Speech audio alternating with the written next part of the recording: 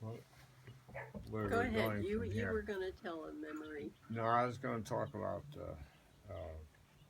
Luke Peru?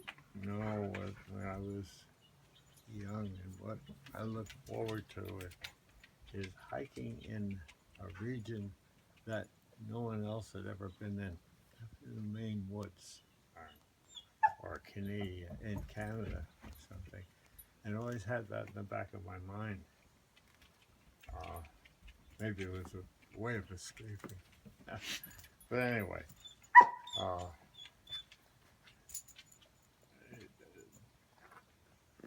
when I was first went into the military, I would get 2 weeks off a year, and I'd go up into Maine and pack in uh, and hike moose trails and fish where there weren't any other people. And gee, that's an interesting point. I wanted to be alone. And when we got married, Barbara found out that I was a loner, I think, what we made anyway.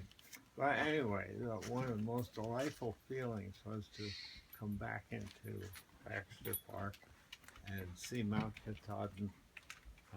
I'm seeing it right now, looking down this road over the tops of the trees and see the mountain off in the distance. What a delight that was to return to it, the area. And It was like going home, huh? yeah, of course, it was the time that I developed a fear of moose.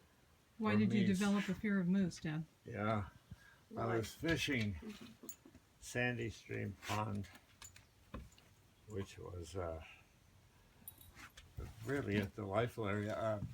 There was, and watching a moose, a mama moose and a little one feeding off the bottom of this pond.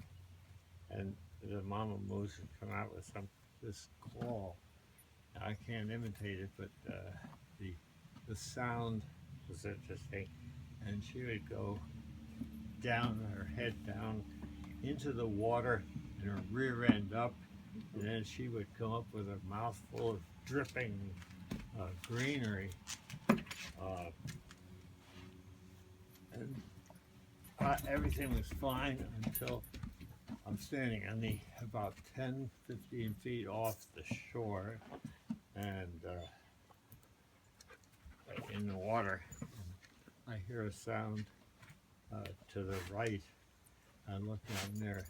There's this big moose with antlers was heading in my direction like an express train. And that was frightening. I headed looking for something to climb. I headed back into the. Oh, I think I cleared that 15 feet of water in one hop and ran for trees. That's the only thing I could think of. And I ended up, I can remember, if memory serves me right, hitting the ground and just rolling. The moose came charging by like a freight train and went out near the male moose and out near the little one and the female. And then everything calmed down. And I turned around, got my fishing gear, and never went back to that pond again. Until I we went. couldn't, I couldn't go even think of that pond without fear. Then Mom and I were up there many years later, and we were off pushing a raft.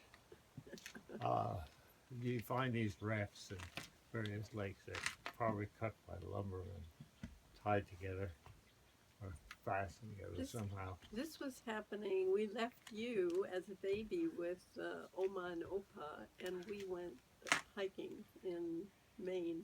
Well, I guess I told Mom the story of meeting with the niece, feeling the fear. And we were out on this raft, and a moose, I think it was a mama moose, came out, and it was a small one, coming out behind her into the water, and I literally panicked. And and Paddled that raft. that raft threw a wake as we headed to the shore. And later on, that same day, I think it was, we were driving along we were in the Beetle, and there were two moose, these two, in the road ahead of us running, and they are the funniest things with their long legs, and they would go off the road, and we followed them for quite a distance. But you were protected by the car. Yeah, I was protected You by were the able car. to depress your fear. Suppress it. That's funny. Actually, what meant an awful lot to me is to escape from things that bother me. So, At home. well, at home, the military was just, I was in the military because I had to be. I was a displaced civilian. But that's another story for another time.